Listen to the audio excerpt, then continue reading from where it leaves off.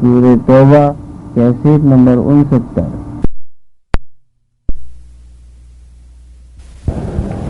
اللهم صل على سيدنا محمد وعلى آل سيدنا محمد كما صليت على إبراهيم وعلى آل إبراهيم في العالمين وبارك على سيدنا محمد وعلى آل سيدنا محمد كما باركت على إبراهيم وعلى آل إبراهيم في العالمين إنك حميد مجيد۔ قال الله تبارك وتعالى في كلامه المجيد: أعوذ بالله من الشيطان الرجيم، بسم الله الرحمن الرحيم۔ فرح المخلفون بمقعدهم خلاف رسول الله وكرهوا أن يجاهدوا بأموالهم وأنفسهم في سبيل الله وقالوا لا تنفذوا في الحر قل نار جهنم أشد حرا لو كانوا يفقهون فليضحكوا قليلا وليبكوا كثيرا جزاء بما كانوا يكسبون۔ قال المؤلف والمفسر رحمه الله تعالى: وإذ رجعك الله إلى طائفة منهم فاستأذنوك للخروج فقل لن تخرجوا معي أبدا ولن تقاتلوا معي عدوا إنكم رضيتم بالقعود أول مرة فاقعدوا مع الخالفين۔ قال المؤلف والمفسر رحمه الله تعالى: أدام النفع بعلومه وعلومكم في الدارين آمين، إلى أن قال: يقول تعالى آمرا لرسوله عليه الصلاة والسلام: وإن رجعك الله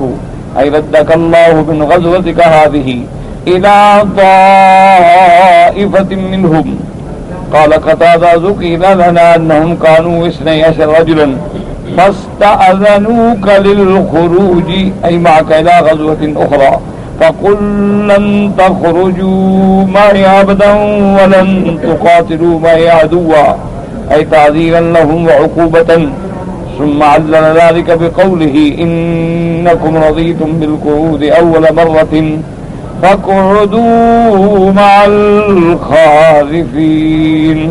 اللہ تبارک و تعالی نے ان آیات میں بھی انہیں منافقین کے بارے میں ارشاد فرمایا اور حضور صلی اللہ علیہ وآلہ وسلم کو خوشخبری دی کہ آپ جب غزوے سے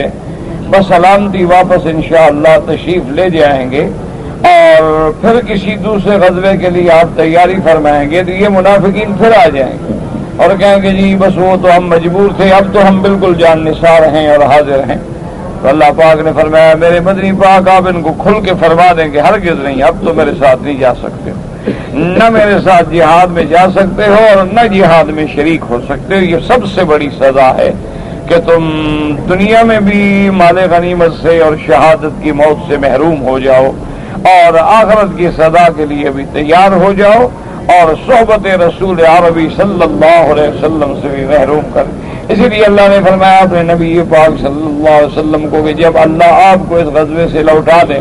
طائفہ جماعت مراد بعض علماء نے فرمایا جیسے حضرت قتادہ فرماتے ہیں کہ 12 آدمی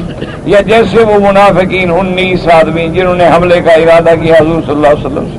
فاستاذنوک للخروج، پھر اذن طلب کریں گے کہ آپ کے ساتھ ہم جاتے ہیں، تو آپ ان کو کہہ دیں گے تمہاری سزا یہ ہے، تعزیر یہ ہے، عقوبت یہ ہے کہ تم نہیں جا سکتے میرے ساتھ۔ اور پھر اس کی اللہ نے قرآن میں تعلیر علت بھی بیان فرما دی کہ کیوں نہیں جا سکتے۔ فرمایا انکم رضیتم بالقعود اول مرۃ، پہلے بھی تم تو بیٹھ گئے، تم تو انکار کر چکے ہو۔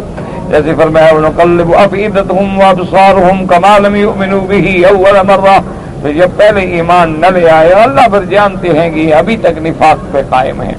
اس لیے فرمایا فإن جزاء السیئۃ السیئۃ بعدها كما ان ثواب الحسنۃ الحسنۃ بعدها۔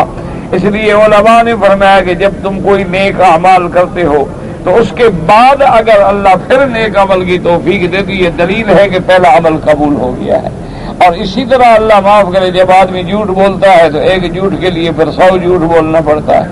برائی کے بعد برائی ہوگی، نیکی کے بعد نیکی ہوگی، اچھے عمل کے بعد اچھے عمل آئیں گے اور برے عمل کے بعد برے عمل آئیں گے۔ یہ تو نہیں ہو سکتا کہ آدمی شراب پیے نشے میں ہو اور اس کے بعد نمازیں نصیب ہوں، نشے کے بعد تو پھر گناہ ہی ہوں گے، جو ام الخبائث ہے۔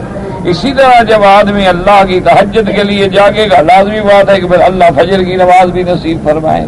جب نوافل ہوں گی تو پھر اللہ فرائض کی بھی تو ہر حسنہ کے بعد حسنہ کا ہونا دلیل قبولیت ہے، اور ہر برے عمل کے بعد برائی میں الجھتے چلے جانا یہ اللہ کے غضب کا علامت ہے۔ اور اس کے بعد فرمایا سيقول المخلفون لن تركتم إلى مغانم تأخذوها، جیسے کہ پہلے آپ پڑھ چکے ہیں کہ جو لوگ قصہ حدیبیہ کے اندر جب حضور نے خیبر کی تیاری کی پھر آ گئے، ہم نے فرمایا کہ بالکل نہیں، آپ نے فرمایا وقولوا تعالی فاقعدوا مع الخالفین، اب رہ جاؤ بس ان لوگوں کے ساتھ جو پیچھے ہیں۔ قال ابن عباس الرجال الذين تخلفوا عن الغزاة وقال قتادہ فقعدوا مع الخالفین مع النساء، تو اس کے دو ترجمے کیے مفسرین، مع الخالفین یا تو وہ لوگ جو پیچھے رہ گئے تھے غزوے میں نہیں گئے، یا یہ مانا ہے کہ بھی اب تم بھی عورتوں کی طرح چوڑیاں پہن کے گھر بیٹھ جاؤ کہ عورتوں اور بچے جیسے گھر میں ملی آواز اعلیٰ استقیم جمن نساء لا يكون بالياء والنون، لیکن علماء فرماتے ہیں کہ یہ قول راجح نہیں ہے، کیونکہ عورتوں کے لیے یا اور نون کے ساتھ یا تو خالفین ہے نا، جمع جو ہے یا اور نون کے ساتھ آئی ہے۔ وَلَوْ أُرِيدَ النِّسَاءَ لَقَالَ فَاقْعُدُوا مَعَ الْخَوَالِفِ أَوِ الْخَالِفَاتِ، تو خالفین جمع نہ آتی تو لفظ آتا خوالف یا خالفات، تو پھر مراد تھا کہ عورتوں کے ساتھ، مراد یہ ہے کہ جیسے وہ منافق نہیں گئے تھے جب تم بھی ان کے ساتھ بیٹھو۔ ورجع قول ابن عباس رضی اللہ تعالی عنہما، اور حضرت ابن عباس رضی اللہ تعالی عنہ کا قول مبارک جو ہے وہی راجی ہے کہ تم بھی ان کے ساتھ رہو جو پیچھے رہ گئے منافقین۔ اللہ نے فرمایا وَلَا تُصَلِّ عَلَىٰ أَحَدٍ مِّنْهُمْ مَاتَ أَبَدًا وَلَا تَقُمْ عَلَىٰ قَبْرِهِ إِنَّهُمْ كَفَرُوا بِاللَّهِ وَرَسُولِهِ وَمَاتُوا وَهُمْ فَاسِقُونَ۔ اب اللہ نے ایک حکم جاری فرمایا کہ میرے محبوب صلی اللہ علیہ وسلم کہ اگر ان منافقوں میں سے کوئی مر جائے تو آپ اس کی نماز جنازہ بھی نہ پڑھیں اور ان کی قبر پہ بھی کھڑے نہ ہوں، کیونکہ انہوں نے اللہ کے رسول کے ساتھ کفر کیا ہے، اور یہ اس حال میں ہے کہ اللہ کے حدود توڑ کے اللہ کے احکام سے نکلنے والے۔ ان آیات میں چند باتیں ہیں سمجھنے والی جو سمجھ لیں۔ پہلی بات تو یہ ہے کہ اس کے شان نزول کو سمجھیں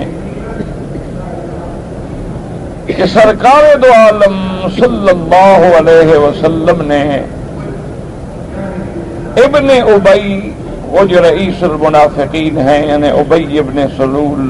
اس کا بیٹا ہے، اس کا نام تھا حباب،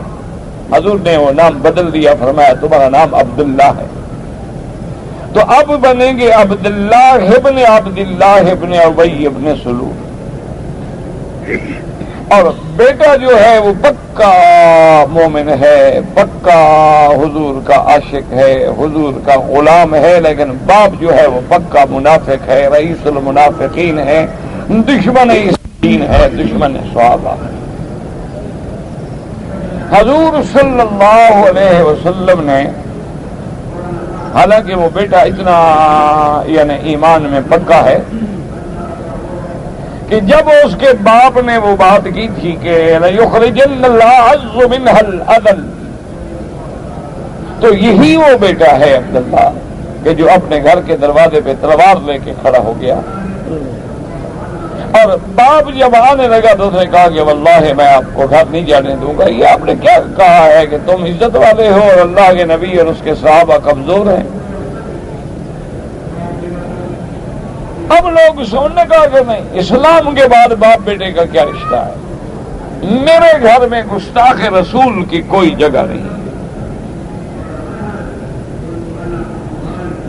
آخر اس نے اپنے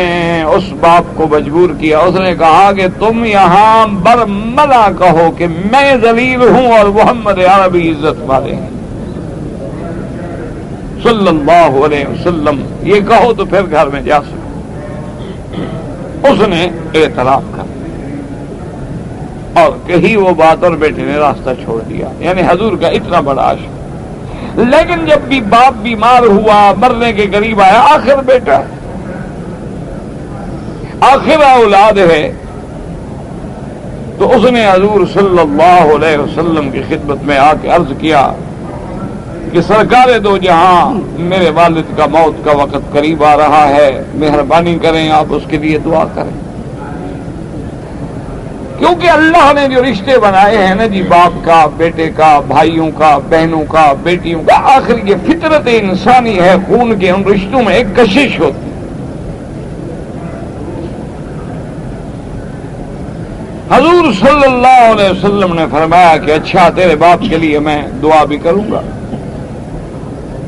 اور اگر بالکل موت آ جائے تو پھر یہ میرا قمیص لے کے اپنے باپ کو کفن دو اور مجھے خبر کرو، میں اس کا جنازہ بھی پڑھوں گا۔ مانا جنازے کا کیا ہے؟ دعا ہے کہ اس کے لیے دعا کرو۔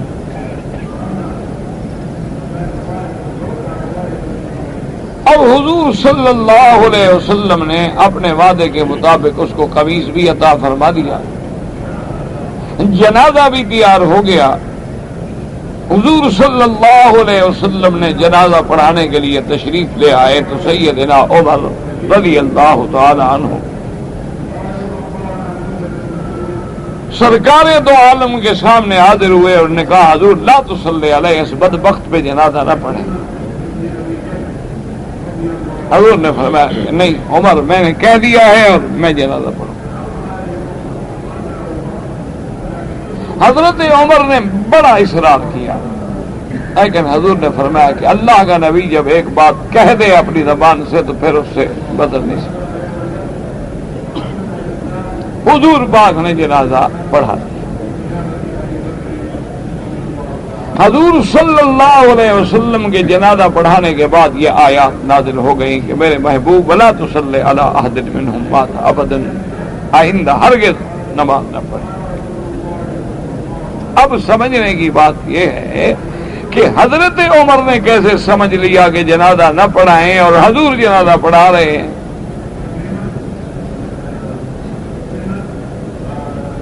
تو اس لیے علماء نے، فقہاء نے، محدثین کرام نے، مفسرین کرام نے اللہ کے قرآن پہ جن کی گہری نظریں ہیں اور جن کے سینے اللہ نے قرآن کے لیے کھول دیے، ان نے فرمایا کہ حضرت عمر نے جب وہ آیت نازل ہوئی تھی نا کہ میرا محبوب ان کے لیے بخشش مانگے یا نہ مانگے، چاہے 70 دفعہ بھی مانگے میں نہیں بخشوں گا، ہاں، تو حضرت عمر اسی آیت مبارک کے مفہوم سے سمجھ گئے کہ بھئی ان کی بخشش نہیں ہوگی، جب نہیں ہوگی تو حضور جنازہ کیوں پڑھے۔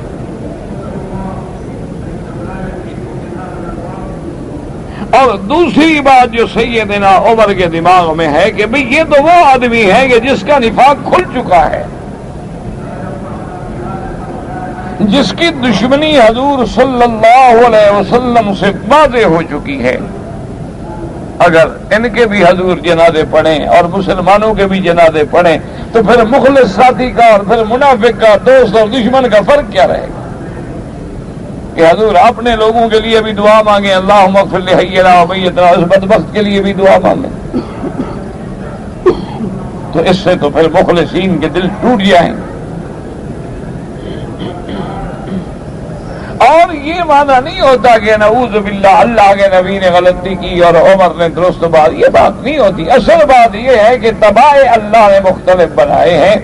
میرے آقا میں رحمت کا غلبہ ہے، وہ رحمت دو جہاں ہیں۔ میرے آقا اپنی امت پہ شفقت فرمانے والے ہیں، محبت فرمانے والے ہیں، اور ہر حال میں امت کو جہنم سے چھڑانے کی ہر وقت آپ کو فکر ہے۔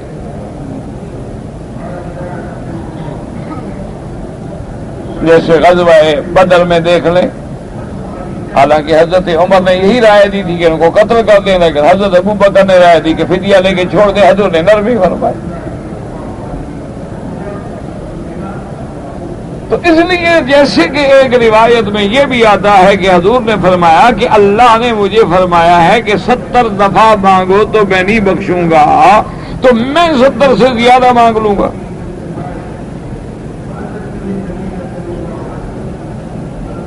تو اس لیے طبائع میں اب دیکھیں موسیٰ علیہ السلام کی طبیعت میں جلال ہے اور ہارون علیہ السلام کی طبیعت میں جمال ہے، تو دونوں کے شان میں فرق نہیں آتا۔ میرے محبوب کی طبیعت میں رحمت ہی رحمت ہے، شفقت ہی شفقت ہے، حتیٰ کہ حضور صلی اللہ علیہ وسلم تو ان کے اسلام نہ لے آنے پہ اتنے کڑتے تھے، اتنی تکلیف ہوتی تھی کہ گویا حضور جان دیتے۔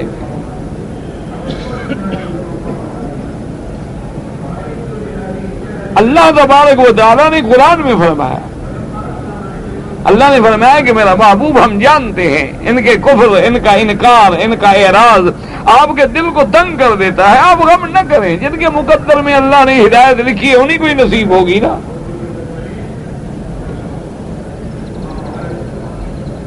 وَلَقَدْ نَعْلَمُ أَنَّكَ يَضِيقُ صَدْرُكَ بِمَا يَقُولُونَ، اللہ نے فرمایا حضور آپ صبر سے کام۔ تو حضرت عمر کا پہلو جو ہے وہ جلال کا ہے، غضب کا ہے، اور میرے محبوب کا عمل جو ہے وہ رحمت کا ہے، شفقت کا ہے، لہذا اس میں کسی کو اعتراض کا حق نہیں اور نہ ہی یہ مخالفت ہے۔ اور دوسری بات یہ ہے کہ حضور کی جہاں نظر ہے حضرت عمر کتنے شان والے ہو جائیں وہاں عمر کی نظر نہیں پہنچتی۔ حضرت عمر کی نظر جو ہے وہ سامنے کے حالات پہ محدود ہے، اور میرے مدنی پاک کی نظر جو ہے بہت آگے ہے۔ جیسے کہ صلح حدیبیہ میں آپ پڑھ چکے ہیں کہ حضرت عمر تو جلال میں آ گئے کہ یا رسول اللہ لسنا علی الحق، قال بلا یا صلی اللہ علیہ وسلم، حضور ہم حق پہ نہیں، حضور نے فرمایا بالکل حق پہ۔ حضرت عمر نے عرض کیا یا رسول اللہ لیس قتلانا فی الجنت وقتلاہم فی النار، قال بلا یا رسول اللہ ہمارے لوگ اگر جنگ میں شہید ہو جائیں گے تو جنت میں جائیں گے، ان کے مارے جائیں گے تو جہنم میں جائیں گے، یہ بات ٹھیک؟ اپنے بالکل ٹھیک ہے۔ وَيَا رسول اللہ فَلِمَاذَا هَذِهِ الدَّنِيَّةُ فِي دِينِنَا، تو پھر ہم اپنے دین میں ایسی کمزوری کیوں قبول کریں گے، ایسی شرطوں پہ کافروں سے صلح کریں؟ زیادہ سے زیادہ یہی ہو جائے گا نا، ہم مارے جائیں گے۔ حضور صلی اللہ علیہ وسلم نے فرمایا کہ عمر انا رسول اللہ، میں اللہ کا رسول ہوں۔ اشارہ تھا کہ جو کچھ میں کر رہا ہوں اگر مجھے میرے اللہ نے ہی ہدایت دی ہوگی۔ اور یہی کلمات سیدنا ابو بکر جو بالکل تصویر ہیں میرے مدنی محمد مصطفیٰ، جب حضرت عمر نے حضرت صدیق اکبر کے سامنے یہی الفاظ دہرائے تو صدیق اکبر کی زبان سے بھی یہی نکلا کہ یا عمر انہ رسول اللہ فلن یضیعہ اللہ، عمر محمد مدنی اللہ کا رسول ہے، اللہ ان کو کبھی ضائع نہیں کریں گے، اتے ہو تمہارا کام ہے اطاعت کرو۔ اب آپ دیکھیں کہ حضرت عمر کی نظر جو تھی وہ محدود تھی، لیکن میرے مدنی کی نظر کتنی دور تھی کہ وہی وہ حدیبیہ جن کو شکست سمجھا رہا جا رہا ہے، اللہ نے کہا یہی تو فتح مبین ہے۔ تو فیصلہ اللہ کے نبی کا سچا رہا۔ اسی طرح یہاں حضرت عمر کی نظر جو ہے وہ تو یہ ہے کہ یا رسول اللہ یہ دشمن ہے، آپ اس پہ دعائیں مانگ رہے ہیں تو مسلمانوں کے دل پہ تو بڑی تکلیف ہوگی، لیکن اللہ کے نبی سمجھ رہے ہیں ایک تو اس کے احسان کا بدلہ دنیا میں ہو جائے، اور دوسرا میرا عمل کہ دشمن یہ کر رہا ہے اور مدنی دعائیں مانگ رہا ہے، اس کا نتیجہ یہ نکلے گا کہ اس کے قبیلے سے لوگ اسلام لائیں گے۔ لہذا روایات صحیح موجود ہیں کہ حضور کے اس جنازہ پڑھانے کی وجہ سے اس کے قبیلے سے 1000 آدمی مسلمان ہو گیا۔ انہوں نے کہا کہ یہ ظالم یہ کر رہا ہے اور اللہ کا نبی دعائیں کر رہا ہے۔ تو اس لیے ہمیشہ یاد رکھیں اللہ کی حکمت۔ اور اسی طرح اگر میرے اللہ چاہتے پروردگار عالم کا فیصلہ ہوتا تو یہ آیت پہلے اتار دیتے، حضور کبھی جنازہ نہ پڑھتے، لیکن یہ آیات مبارک جو ہیں جنازہ پڑھنے کے بعد اتاری گئی۔ تو علماء نے لکھا ہے، ہمارے اکابر نے، اساتذہ نے لکھا ہے کہ اس کی وجہ یہ ہے کہ اللہ کے نبی نے فرمایا تھا کہ میں جنازہ پڑھاؤں گا، عمر نے کہا جنازہ نہ پڑھائیں۔ اللہ نے قرآن بعد میں نازل کیا کہ ابھی تو میرے مدنی کی بات رہ جائے نا، یہ نہ ہو کہ عمر کی بات آگے ہو جائے۔ اور بعد میں ہدایت بھی دے دی. اور دوسری بات یہ سمجھیں کہ منافق کا جنازہ نہ پڑھنے کا مسئلہ یہ ہے کہ اللہ نے تو آپ کو بتلا دیا نا کہ یہ منافق ہیں، لیکن ہمیں تو پتہ نہیں ہے کہ کوئی منافق ہے یا نہیں ہے، تو لہذا ہم تو ظاہر کو سامنے رکھ کے سب کا جنازہ پڑھیں گے، باطن کا علم اللہ کے سپرد، کیونکہ ہمیں کوئی علم نہیں کہ یہ منافق ہے، یہ ظاہر میں کلمہ پڑھتا ہے اندر میں کلمہ نہیں پڑھتا، نہ ہم نے کسی کا سینہ چیر کے دیکھا ہوتا ہے، اور نہ ہمیں یہ حق ہے کہ لوگوں کے باطن کو ٹٹولتے پھریں. ہم تو ظاہر کو دیکھیں گے، کلمہ پڑھتا ہے، نماز پڑھتا ہے، مر گیا، جنازہ پڑھو، بس. باقی بواطن و اسرار جو ہیں وہ ہم سب اللہ پہ چھوڑ دیں. اور اسی طرح یہ مسئلہ بھی ان آیات مبارکہ سے ثابت ہوا کہ اللہ کے حکم سے نماز جنازہ ہے.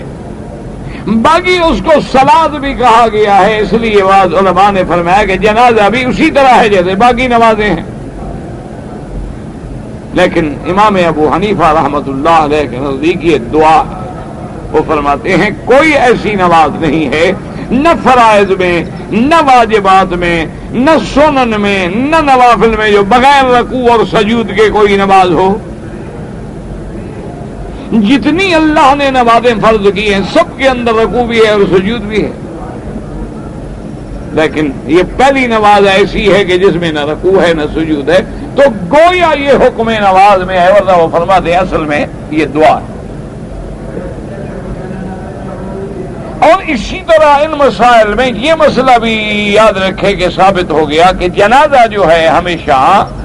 میت کی اوپر بھی پڑھا جا سکتا ہے. اور اسی طرح یہ بھی شریعت کا مسئلہ ہے کہ ہم جنازے میں نہیں پہنچے، اگر مسلمانوں کے کچھ لوگ اس کی قبر پہ جا کے کھڑے ہو کے جنازہ پڑھ لیں تو وہ بھی جائز ہے. کہ حضور صلی اللہ علیہ وسلم نے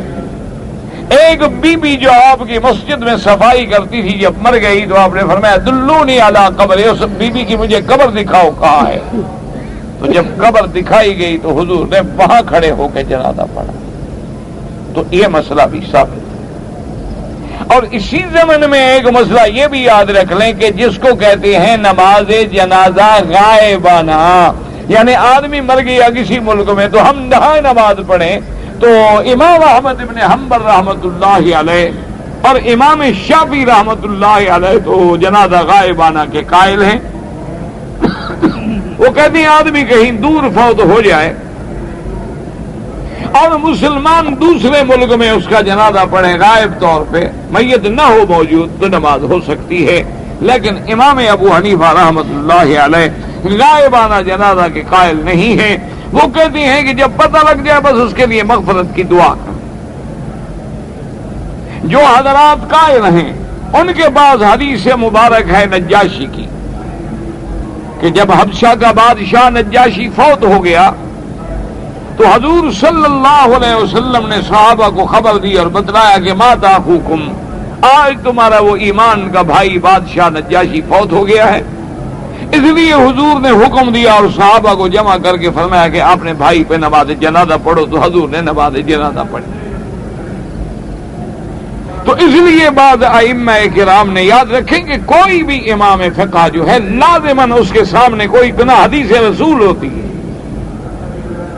وہ بھی تابع ہوتے ہیں فرمان رسول عربی صلی اللہ علیہ وسلم کے. لیکن اللہ نے سب کو فہم اپنی دی ہے. اب قرآن کو جیسے ابو بکر و عمر نے سمجھا ہے، یا ابن عباس نے سمجھا ہے، یا زید ابن ثابت نے سمجھا ہے، یا ان اجلہ کرام صحابہ نے سمجھا ہے، تمام صحابہ اس طرح نہیں سمجھ سکے.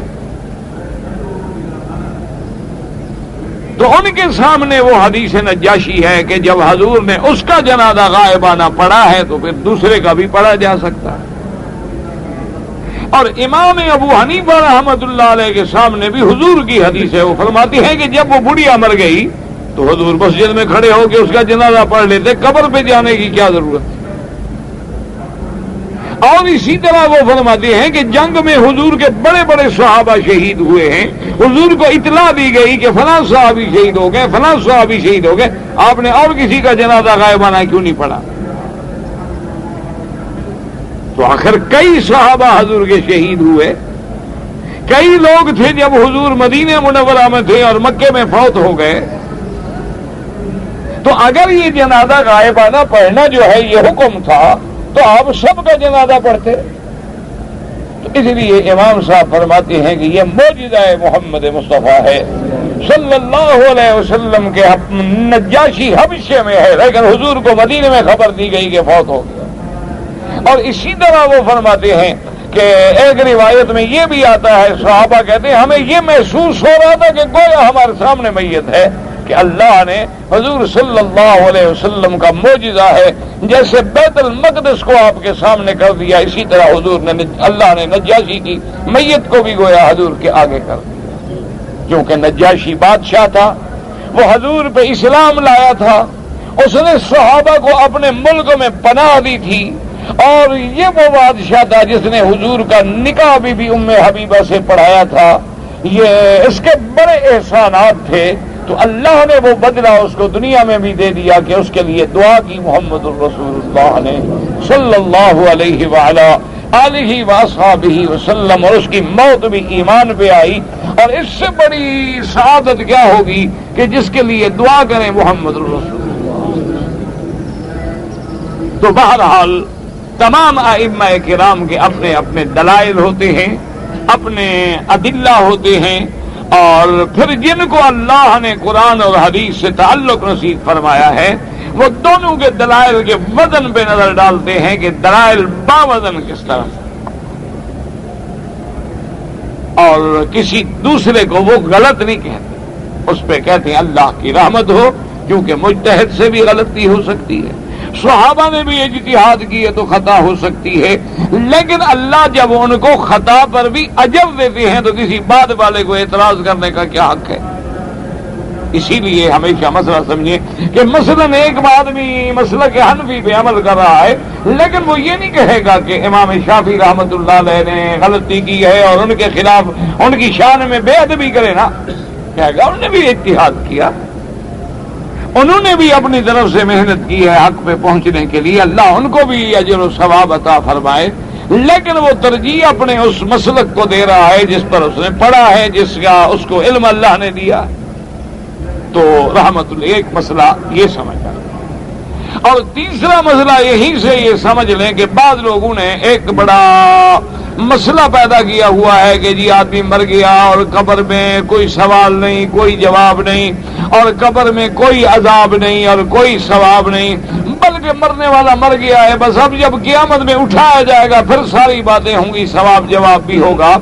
بلکہ علیین میں مومن کی روح چلی جاتی ہے اور کافر کی سجین میں چلی جاتی ہے، اور اگر کوئی بات ہے عذاب ثواب یا اس کی یا قبر کی تو وہ مراد علیین ہے، مراد سجین ہے، یہ قبر نہیں ہے۔ بہت سارے لوگ جو عذاب قبر کے منکر ہیں، بہت سارے لوگ جو ہیں اسی لیے پہلے وہ سماع موتا کا انکار ہوا، پھر عذاب قبر کا انکار ہوا، پھر سارا سوال جواب منکر نکیر، یہ ساری باتوں کو کسی نے حدیث کو ضعیف کہہ دیا، کسی نے کہا قرآن کی آیت کی مخالف ہے۔ سب سے پہلے یہ بات کرامیہ نے کی تھی کہ وہ اس قبر کو قبر نہیں مانتے، لیکن یاد رکھیں کہ اللہ کے قرآن کی نظر میں اور احادیث رسول عربی صلی اللہ علیہ وسلم کی نظر میں اسی کو قبر کہا گیا۔ اللہ نے فرمایا وَلَا تُصَلِّ عَلَىٰ أَحَدٍ مِّنْهُمْ مَاتَ أَبَدًا وَلَا تَقُمْ عَلَىٰ قَبْرِهِ،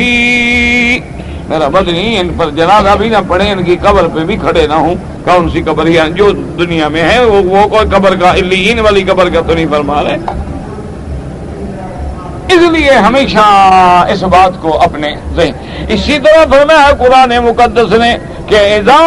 بُعْثِرَ مَا فِي الْقُبُورِ وَحُصِّلَ مَا فِي الصُّدُورِ،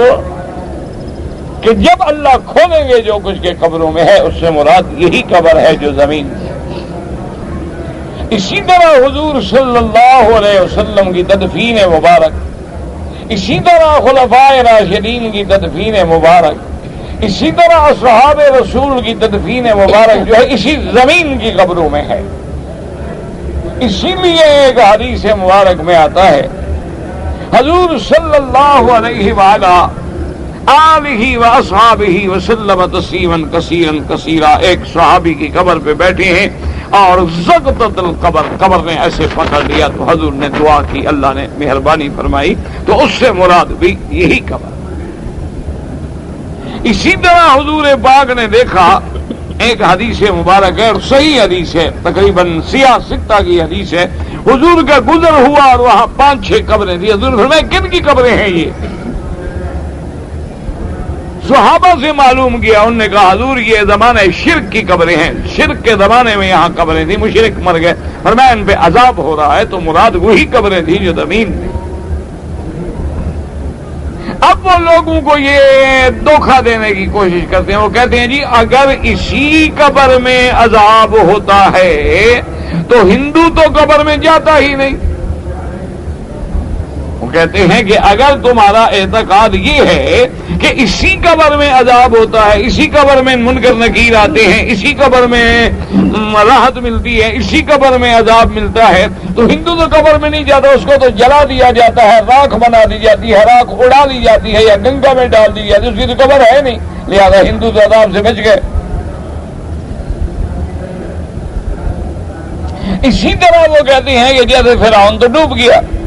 اس کی تو قبر بنائی نہیں گئی، قبر میں دفن نہیں ہو لیا تھا، فرعون بھی عذاب سے. لوگوں کو دھوکہ لوگ ہاں بھائی یہ بات، حالانکہ یہ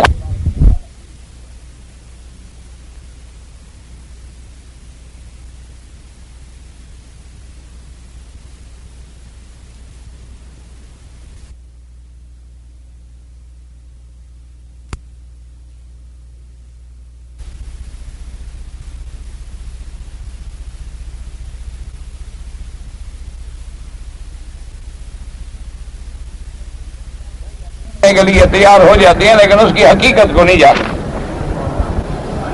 حالانکہ حدیث مبارک میں یاد کرو اس مسئلے کا بھی وضاحت کے ساتھ حل موجود ہے. حضور صلی اللہ علیہ وسلم نے فرمایا، اور ایک صحیح حدیث،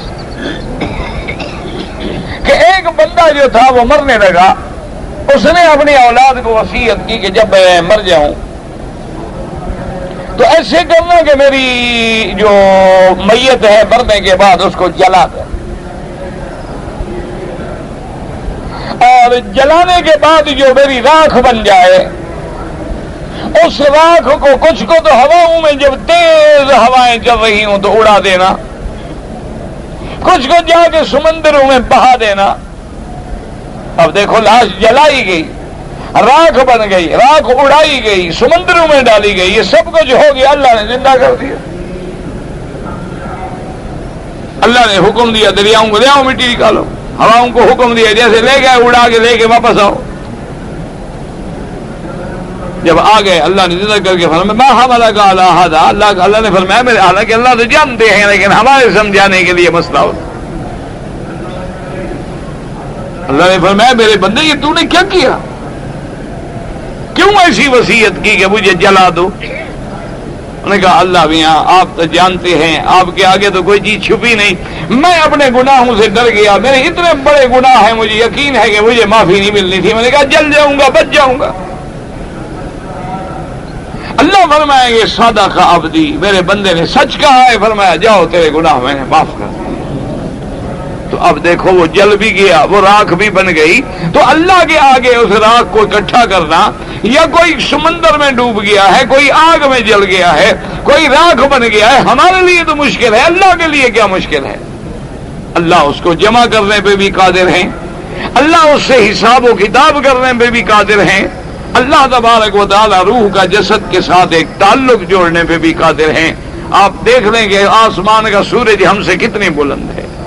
چاند ہم سے کتنی بلند ہے، لیکن اس کی روشنی اور اس کی حرارت کے اثرات جو ہے وہ زمین پہ موجود ہے. تو اگر ایک کرہ نوری جو ہے اس کے اتنے بڑے اثرات زمین سے قائم ہیں اور درمیان میں اتنا بڑا بود ہے، تو اللہ اس بات پہ بھی قادر ہے کہ روح علیین میں ہو لیکن تعلق جو ہے اس کا جسد کے ساتھ جوڑ دیا جائے. تو اس لیے یاد رکھیں کہ ائمہ اربعہ کا اتفاق ہے، قرآن و حدیث کی نص ہے کہ عذاب قبر جو ہے وہ حق ہے، اور قبر میں سوال و جواب جو ہے وہ حق ہے،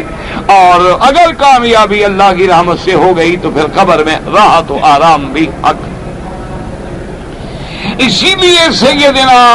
عمر رضی اللہ تعالیٰ عنہ کا جب موت کا وقت آیا تو آپ نے فرمایا کہ مجھے عام کفن میں کفن دے دو، اور میری قبر بھی بس ایسے ساری، یہ نہ کرنا کہ بڑا آدمی ہے تو بڑی قبر بناؤ اور بڑے کمرے بناؤ، ایسا کرنا ہے کہ نہیں، اگر میرا اللہ راضی ہے تو چھوٹی قبر کو بھی میرے لیے وسعت پیدا کر دیں،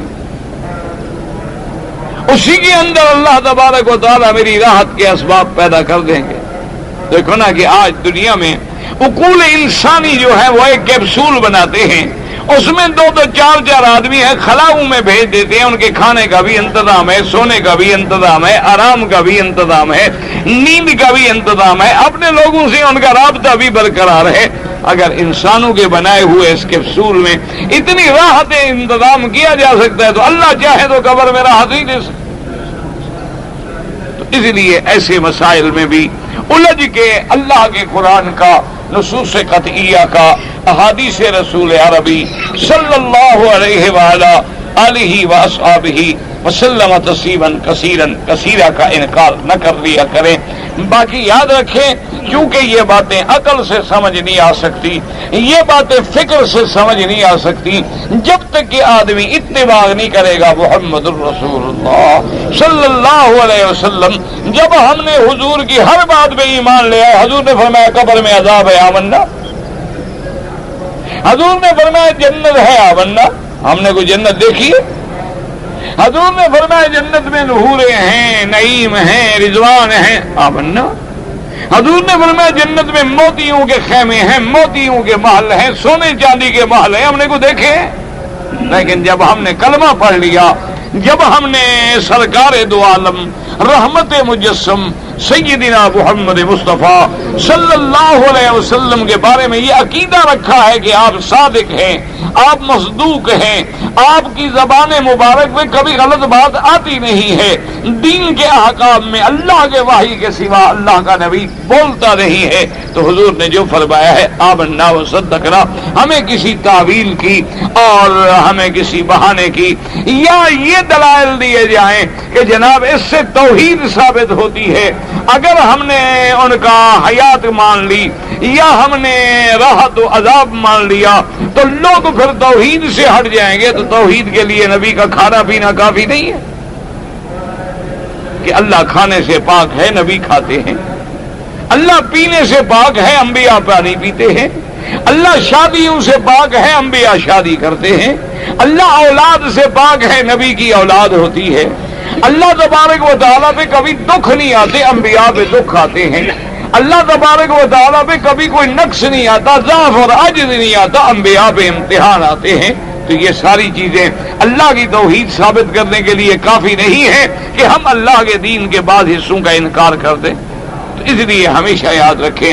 ان آیات مبارکہ میں اللہ نے ان باتوں کی بھی ہمیں وضاحت کر دی ہے، اور اسی بات میں یہ بھی یاد رکھیں کہ نماز جنازہ جو ہے جب اس کے لیے مسلمان کٹھے ہو کر اللہ کے حکم سے کھڑے ہوتے ہیں اور دعائیں کرتے ہیں، اور دعائیں بھی بڑی جامع ہوتی ہیں کہ اللہم اغفر لحینا و میتنا و شاہدنا و غائبنا،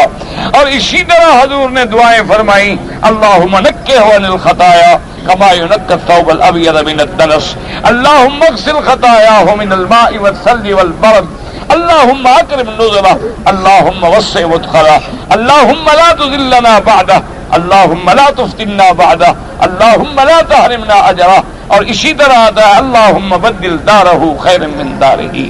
اللہم بدل اہلہ خیر من اہلہ، اور اسی طرح بہت ساری ادعیہ مبارکہ ہیں، لیکن آپ کو جتنی یاد ہے وہی کرتے رہیں، اور اگر یاد نہ ہو تو دو ایک اللہم اغفر اللہم اغفر یہی کرتے رہیں، کیونکہ تکبیرات ہو جائیں چار اور ایسے کوئی بھی دعا ہو جائے تو اللہ کی رحمت سے نماز جنازہ ادا ہو جائے گی۔ اور اس لیے اللہ نے ارشاد فرما دیا کہ وَلَا تُصَلِّ عَلَىٰ أَحَدٍ مِّنْهُمْ مَاتَ أَبَدًا، اللہ نے آئندہ کے لیے نفی کر دی کہ میرے محبوب ان کی نماز نہ پڑھے کبھی بھی، وَلَا تَقُمْ عَلَىٰ قَبْرِهِ، اور ان کی قبر پہ بھی کبھی کھڑے نہ ہو۔ منع یہ ہے کہ نماز پڑھنا بھی اور حضور صلی اللہ علیہ وسلم کے احکام کے مطابق میت کے ساتھ قبر پہ جانا بھی سنت ہے، یاد رکھو۔ جیسے جنازہ جو ہے فرض کفایہ ہے، ایسے میت کے ساتھ جنازہ اٹھانا، اس کی تجہیز، تکفین، تدفین، قبر پہ لے جانا اور قبر تیار کرنا،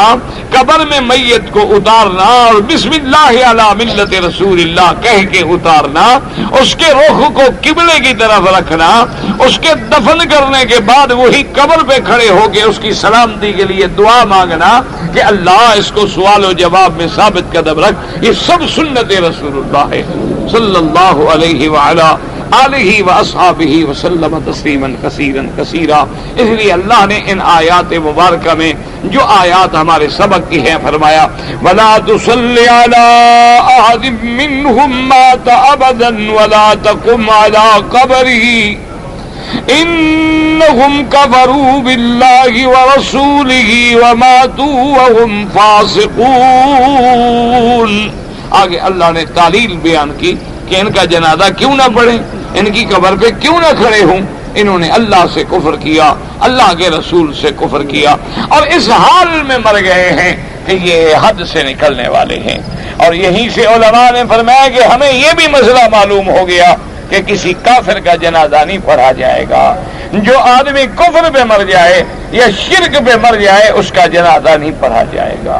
اور اسی سے ہمیں یہ مسئلہ بھی معلوم ہو گیا کہ مثلا آج ایک آدمی مسلمان ہو گیا لیکن اس کے والدین کافر ہیں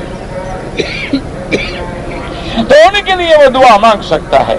لیکن جب وہ والدین کفر و شرک پہ مر جائیں تو اب ان کے لیے مغفرت کی دعا نہیں کر سکتا۔ جیسے سیدنا ابراہیم علیہ السلام اپنے ابا کے لیے دعائیں مانگتے رہے، اللہ سے بخشش مانگتے رہے،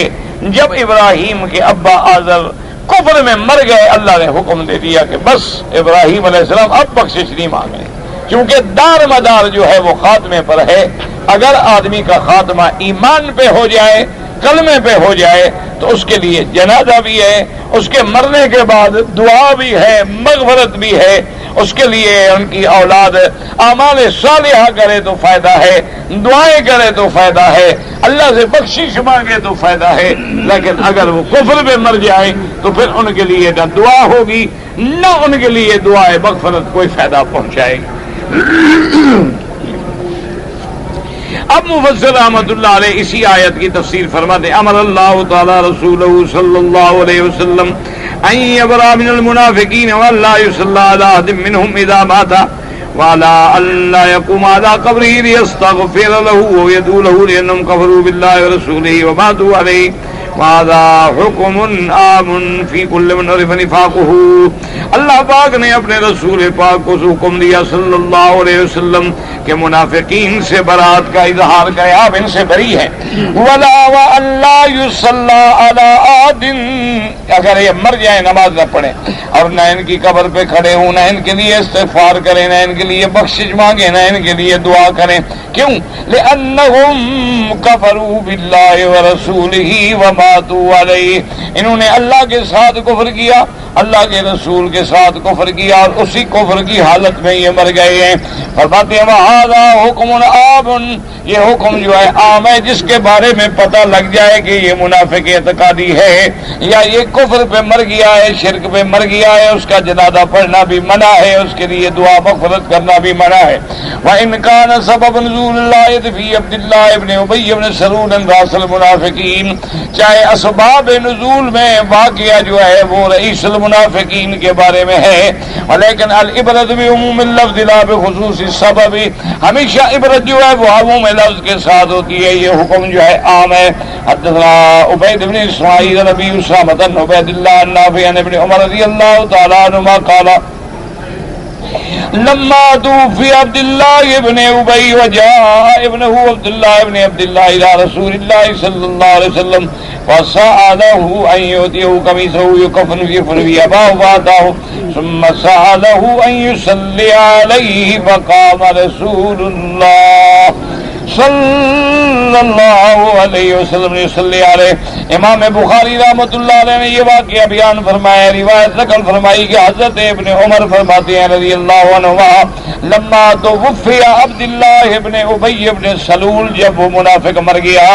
جاء ابنہ عبد اللہ ابن ابی ابن سلول، ان کا بیٹا حضور کی خدمت میں آیا اس حدیث میں یہ آتا ہے فَسَأَلَهُ ان کے بیٹے نے سوال کیا أَن يُؤْتِيَهُ قَمِيصَهُ يُكَفَّنُ فِيهِ أَبَاهُ کہ حضور مجھے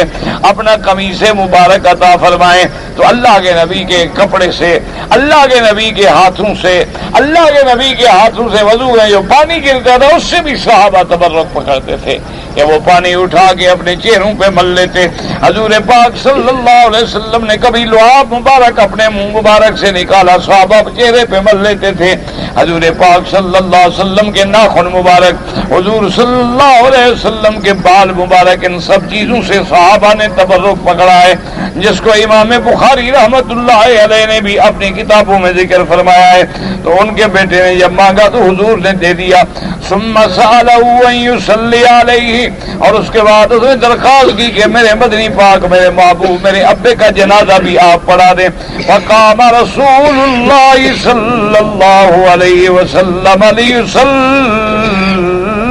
علیہ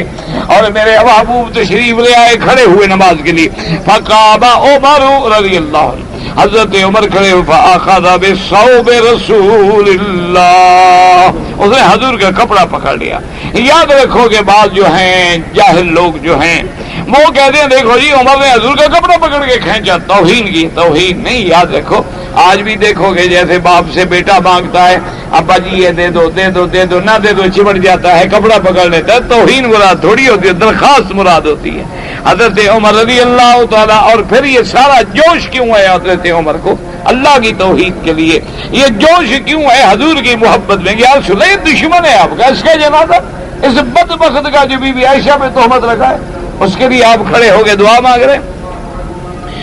کہتے ہیں فقال یا رسول اللہ صلی اللہ علیہ وسلم تصلی علیہ وقد نہاک ربک ان تصلی علیہ، آپ اس کا جنازہ پڑھیں حالانکہ اللہ نے تو منع فرمایا ہے ان پہ نماز پڑھنے کے لیے، دعا مانگ. وقال رسول اللہ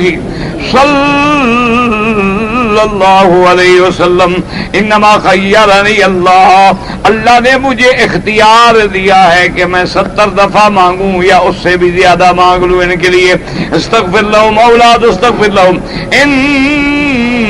تستغفر لهم 70 مرة فلن يغفر الله لهم وسأزيده على 70، میں 70 سے بھی زیادہ مانگوں گا. قال انه منافق، حضرت عمر نے کہا حضور آپ یہ تو منافق ہے. قال فصلى عليه رسول الله صلى الله عليه وسلم، حضور نے نماز جنازہ پڑھی. فانزل الله عز وجل هذه الآية، اللہ نے قرآن میں یہ آیت اتار دی. ولا تصل على أحد منهم مات أبدا ولا تقم على قبره. وقد روى مسلم بن شيبة عن أسامة حماد ابن أسامة ثم رواه البخاري عن إبراهيم بن المنذر عن بن إياس بن عبد الله وهو ابن عم الأمري قال صلى الله عليه وصلينا معه، وذو النبي ہم نے بھی پڑھا. وأنزل الله تعالى ولا تصلي على أحد منهم مات أبدا ولا تقم على قبره الآية. وهكذا رواه الإمام أحمد عن يحيى بن سعيد القطان عن عبد الله به والله تعالى أعلم وعلمه أتم. اگر قرآن شریف پڑھ کے کوئی بھول جائے تو یہ گناہ کبیرہ ہے، اللہ تبارک و تعالیٰ معاف فرمائے. قرآن شریف پڑھنے کے بعد بھلا دینا جو ہے بہت بڑا گناہ ہے، گناہ کبیرہ ہے. توبہ کریں اور دوبارہ یاد کرنے کے لیے کوشش کریں. نہ یاد ہو لیکن تم لگے رہو تاکہ اللہ کے عذاب سے بچ جاؤ. قرآن پاک ایسی چیز نہیں ہے کہ جس کو آدمی یاد کرنے کے بعد جب چاہا یاد کر لیا، جب چاہا بھلا دیا.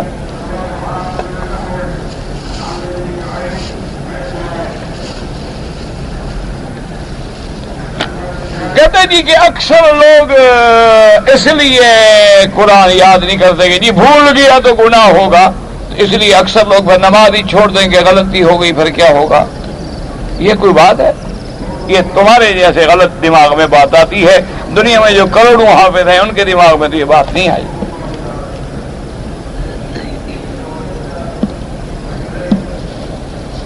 پیغمبر یا کسی کے صدقے میں دعا مانگنا قرآن و حدیث میں ثابت نہیں ہے. اگر ہوتا حضور سکھا دیتے.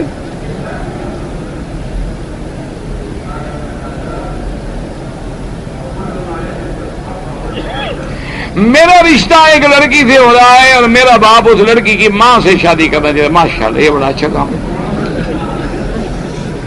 بھی، یا تو باپ کو کرنے دو یا تم کرو، دونوں کٹھے نہیں کر سکتے۔ اب باپ بیٹا پہلے فیصلہ کر لو، اگر باپ سے صبر ہو سکتا ہے اور کہتا ہے کہ چلو بھائی میں صبر کر لوں گا بڑھاپے میں بھی، تو پھر تو اس کی بیٹی سے تم شادی، یہ نہیں ہو سکتا کہ وہ ماں سے شادی، وہ تو تمہاری ماں بن گئی اس کی شادی کرنے کے بعد۔ اگر حضور پاک صلی اللہ علیہ وسلم کی زیارت ہوئی، وہ صحابی ہو گیا خواب میں، خواب کی زیارت کا وہ حکم نہیں ہوتا، ہمارا خواب کوئی وحی تھوڑا ہوتا ہے۔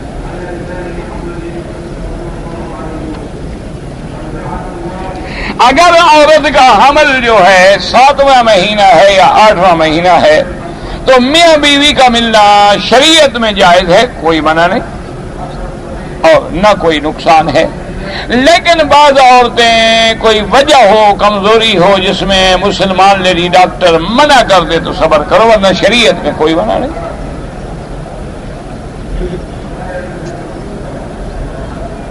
اگر عورت حاملہ ہو تقریباً 1 ماہ کے بعد پیدائش ہو تو روزے رمضان آ جائے، عورت حاملہ ہے 8 مہینے کی یا 9 مہینے کی، تو اب دیکھیں نا کہ روزے رکھنے میں اس کو تکلیف ہے تو نہ رکھے، بعد میں قضا کر لے، اور تکلیف کوئی نہیں ہے، ایئر کنڈیشن چل رہا ہے، گھر میں سوئی ہوئی ہے، سارا دن کھانے سے بچ جائے گی، الٹا وزن ٹھیک رہے گا، پیٹ ہلکا رہے گا، اس کے لیے تو روزہ فائدہ دے گا، نقصان تھوڑی دے گا۔ ہاں اگر روزے میں کوئی تکلیف ہے تو پھر نہ رکھے، اجازت ہے، مریضاً وعلی سفر فعدۃ من ایام اخر، بعد میں قضا کرے۔ پاکستان کے لیے دعا کریں، ہم تو رات دن الحمدللہ پاکستان کے لیے، عرب کے لیے، عالم اسلام کے لیے اور تمام مسلمانوں کے لیے دعا کرتے ہیں اور کر رہے ہیں اور کریں، اور جو نہیں کرتا وہ مسلمان ہے، کہ اللہ تبارک و تعالی مسلمانوں کی حفاظت فرمائے، اللہ تبارک و تعالی کفر کے عذاب سے بچائے، اللہ تبارک و تعالی ہم کسی امتحان کے قابل نہیں ہیں، ہمیں اپنے رحمتوں سے ڈھانپ لے۔ اگر کافر کو آدمی جانی نقصان پہنچائے یا مالی بلا وجہ نقصان پہنچانا جائز نہیں، اسلام حکم نہیں دیتا کہ کافر کو ایسے نقصان پہنچاؤ، کیونکہ اسلام تو اسلامتی کا مذہب ہے، ایمان امن سے ہے، اسلام سلامتی سے ہے، اسلام کبھی اجازت نہیں دیتا کوئی کافر ہے، کوئی ہندو ہے، کوئی منافق، اس کی چوری کر لو، نقصان مالی پہنچاؤ یا جانی پہنچاؤ، نہیں، قطع نہیں۔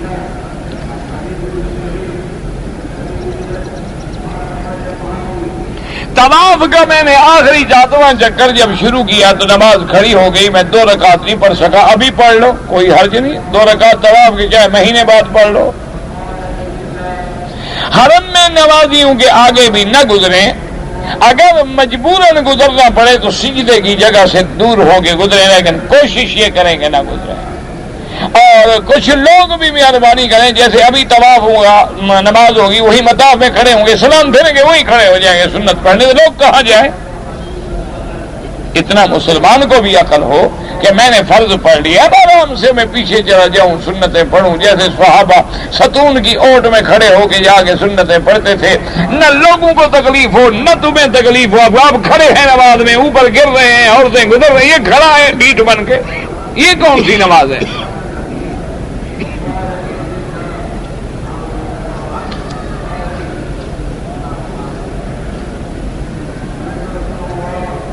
مجھے ایک آدمی نے پاکستان سے آتے ہوئے 100 ریال دیے، کہا کہ مکے کے مدرسے میں دے دیں، میں اپنے ملک میں مدرسے میں دے دوں نا، جو اس نے دیا ہے اس کے حکم کے مطابق دے، اپنی نیت خراب نہ کرو کہ ابھی میں کام لگا لوں،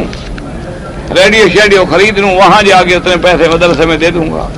جو اس نے وصیت کی ہے اس کے حکم کی تعمیل کرو، تم اس کے وکیل ہو، تمہیں کیا حق ہے بدلنے کا؟ اگر عقیقے میں ہم کسی کو پیسے دے دیں، نہیں، سنت یہ ہے کہ اگر لڑکا ہے تو 2 دمبے یا 2 بکری بکرے، اور لڑکی ہے تو 1، وہ ذبح کرنا سنت ہے، جیسے قربانی کرنا سنت ہے، پیسے نہیں دے سکتے۔ عقیقہ کرنا بھی سنت محمد مصطفیٰ صلی اللہ علیہ وآلہ آلہ واصحابہ وسلم۔ ہاں اب تمہاری مرضی ہے، گوشت تقسیم کر دو، تمہاری مرضی ہے کہ اور الٹا چاول ڈال کے پکا کے لوگوں کو کھلا دو، یہ تمہاری مرضی ہے۔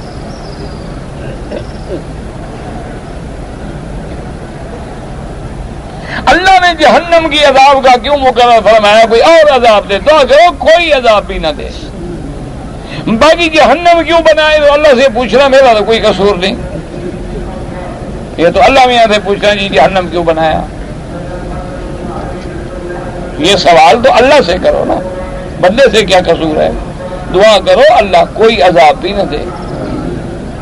ورنہ صرف جہنم کا عذاب نہیں، اذا الاغلال فی اعناقہم والسلاسل یصحبون،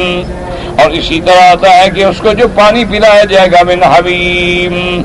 ایسا پانی ہوگا کہ جو پلائیں گے تو اندر سے کاٹتا ہوا نکل جائے گا، وہ بھی عذاب ہے، اور جہنم کے اغلال و سلاسل وہ بھی عذاب ہے، فرشتوں کا مارنا جو ہے وہ بھی عذاب ہے۔ فرمایا وَلَهُمْ مَقَامِعُ مِنْ حَدِيدٍ، کہ وہ لوہے کے بڑے بڑے ہتھوڑوں سے ماریں گے، اور اس کے بعد فرمایا کلما ارادوا ان یخرجوا منها اعیدوا فیها، اور اگر وہ باہر نکلنے کی کوشش کریں گے تو پھر ان کو اندر ڈال دیا جائے گا۔ عذاب کی ایک قسم ہے، اللہ معاف کرے۔ سرکار دو عالم صلی اللہ علیہ وسلم کا نام سن کر جو انگوٹھے چومے جاتے ہیں یہ خالص بدعت ہے، یہ نہ قرآن میں ہے، نہ حدیث میں ہے، نہ صحابہ نے عمل کیا ہے، یہ لوگوں نے ایک رواج بنا رکھا ہے، انگوٹھے اپنے چومتے ہیں، احسان حضور پہ کرتے ہیں۔ یہ منطق مجھے آج تک سمجھ نہیں آئی کہ ہاتھ تو اپنا چومو اور ادب حضور کا ہو گیا، یہ پتہ نہیں کیا مسئلہ ہے۔ کالی کملی والا کہنا، کوئی یہ لوگ کہتے ہیں وہ مزمل کا معنی، ورنہ ہے کپڑے اوڑھنے والا، وہ کملی وہ کوئی اور کپڑا ہو۔ پنجتن جو کہتے ہیں یہ ان شیعہ کی اصطلاح ہے، ورنہ کوئی نہ قرآن میں ہے نہ حدیث میں ہے۔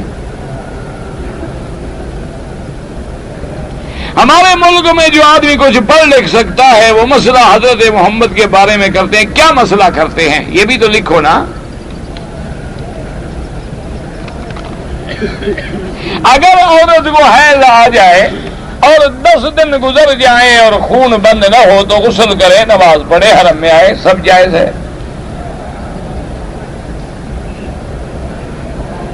میرے 6 بچے ہو گئے ہیں، اگر میں کوئی دوائی لے کے وقفہ کر سکتے ہو، ہمیشہ کے لیے ختم نہیں کر سکتے۔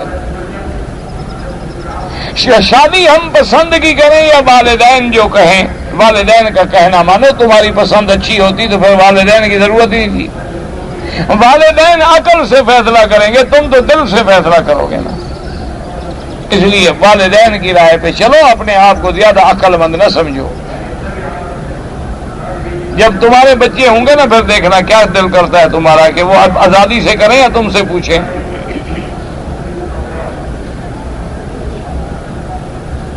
جو والدین اللہ تعالیٰ کے پیارے فوت ہو جاتے ہیں، اور کیا بیان کریں، ہر کوئی فوت ہونا، انک میت وانہم میتون۔ اگر کوئی شیعہ مر جائے اس کا جنازہ پڑھنا بظاہر اگر کفر کا کھلا اعلان نہ ہو تو پڑھ سکتے ہیں، بہرحال کوشش یہ کریں کہ اگر تمہیں یقین ہے کہ وہ منکر قرآن ہے تو پھر نہ پڑھیں۔ کافر کو کافر کہنا چاہیے، لیکن یہ تو نہیں کہ سارا دن یہی تسبیح پڑھتا رہے۔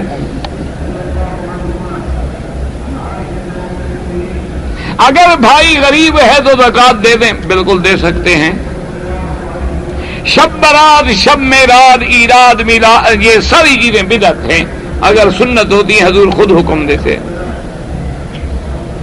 اگر فاتحہ خلف الامام امام احمد ابن حنبل کے نزدیک ہے تو یہاں جو کتابیں ہوں گی اس میں تو ہوگا ان کے نزدیک ہے، لیکن امام ابو حنیفہ رحمۃ اللہ علیہ کے نزدیک امام کا پڑھنا جو ہے وہ کافی ہے، اور حدیث ہے حضور کی مسلم میں جب امام پڑھے تو تم چپ رہو۔ ہمارے ملک میں اذان سے قبل یا بعد میں جو صلاۃ و سلام پڑھتے ہیں وہ بھی بدعت ہے۔ عمرہ کرنے سے حج لازم نہیں ہو جاتا، آپ کو اللہ نے موقع دیا ہے عمرہ کر لیں۔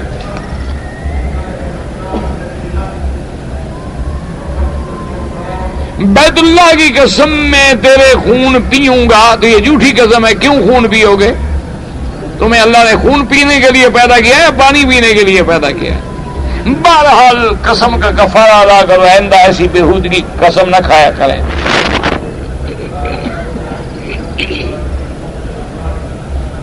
اگر میں مسافر ہوں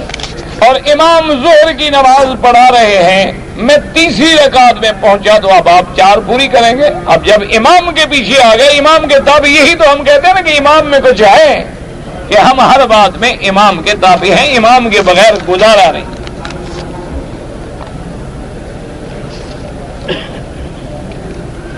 قبر میں دعا مانگے، ضروری نہیں کہ ہاتھ اٹھا کے مانگے، حدیث میں آتا ہے کہ فاسألوا لہ التثبیت، اب اس کے لیے دعا مانگو کہ اللہ اس کو سوال و جواب میں ثابت قدم رکھے۔ باقی دیکھو جی، دعا کا فلسفہ یہ ہے کہ بغیر ہاتھ اٹھائے بھی جائز ہے، ہاتھ اٹھا کے مانگنے سے بھی جائز ہے، ہاتھوں کو چہرے پہ لگائیں تب بھی جائز ہے، نہ لگائیں ایسے چھوڑ دیں تب بھی جائز ہے۔ یہ ساری روایات موجود ہیں اور ان میں جھگڑنا جو ہے وہ کوئی عقل مندی نہیں ہے۔ واللہ تعالی عالم و علمہ اتم۔ یا الہ العالمین، عالم اسلام پہ اپنی رحمت نازل فرما۔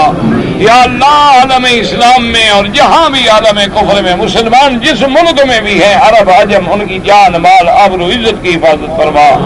یا الہ العالمین، یہود اور ہنود کو ذلت میں شکست سے دوچار فرما۔ یا اللہ، یہودیوں کی سازشوں کو دنیا میں بے نقاب کر دے۔ یا الہ العالمین، مسلمانان فلسطین، کشمیر، شیشان جہاں بھی ہیں ان کی مدد فرما۔ یا اللہ، ہم مسلمان عاجز ہیں، یا اللہ ہم عاجز ہیں، یا اللہ ہم گناہگار ہیں، یا اللہ ہم خطا کار ہیں، یا اللہ تیری رحمت کے طلبگار ہیں، رحمت کے فیصلے فرما۔ یا اللہ، بیماروں کو شفا عطا فرما، بے حیاؤں کو حیا عطا فرما، بے دینوں کو دین عطا فرما، بے اولادوں کو اولاد عطا فرما، جن کی اولادیں ان کو صالح بنا۔ یا اللہ، جو فوت ہو گئے ان کی قبروں کو باغ جنت بنا، جو زندہ ہیں ان کی ہدایت کا فیصلہ فرما، سب کا خاتمہ ایمان پہ فرما۔ یا الہ العالمین، پورے عالم میں ہدایت کی فضا پیدا کر دے۔ یا اللہ، مسلمانوں کو ایک بنا دے۔ یا اللہ، دین والوں کی حفاظت فرما۔ یا اللہ، حرمین الشریفین اور بلد اللہ الامین کو قیامت تک ہر فتنے سے محفوظ فرما، ہر حاسد کے حسد سے محفوظ فرما۔ اللہم سلمنا ولا تسلمنا، وامنحنا ولا تمتحنا، اللہم اکرمنا ولا تہنا، اللہم زدنا ولا تنقصنا،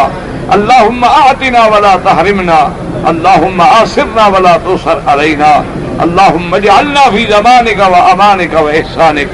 اللہم فرج ہم المہمومین، نفس کرب المکروبین، واقض الدین عن المدینین، واشفنا واشف مرضانا ومرضى المسلمین، وصلی اللہ تعالی علی خیر خلقہ سیدنا محمد